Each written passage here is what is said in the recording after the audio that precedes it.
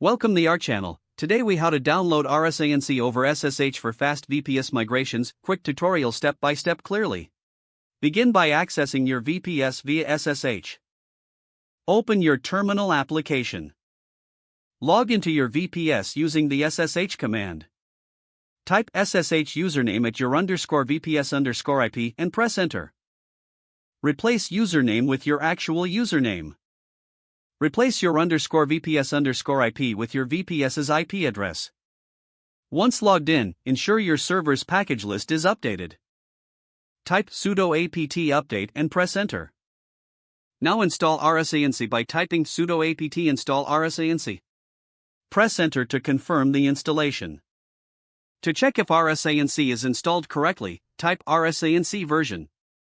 This command will display the installed version of rsync. If you need to copy files to another server, use the rsync command. The basic syntax is rsync av source destination. Replace source with the path to the files you want to migrate. Replace destination with the target location.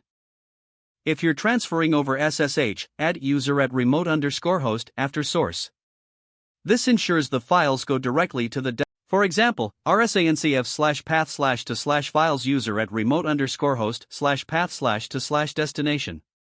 Press enter to start. Any errors will be displayed in the terminal window.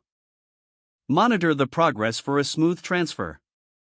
Once completed, confirm the files exist in the destination. You have successfully downloaded and used rsync over SSH for your VPS migration.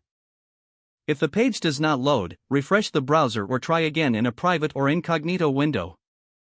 Make sure you are using the correct email address, then retype it carefully to avoid small typos.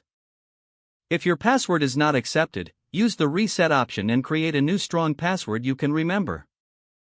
Check your spam folder for verification or security emails, then complete any requested confirmation steps. Enable two-factor authentication if available to improve account security and reduce unauthorized access risk. After signing in, review your profile details so your contact information and settings are accurate and current.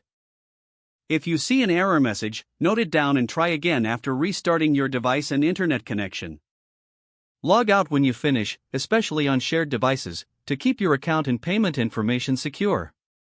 If the page does not load, refresh the browser or try again in a private or incognito window.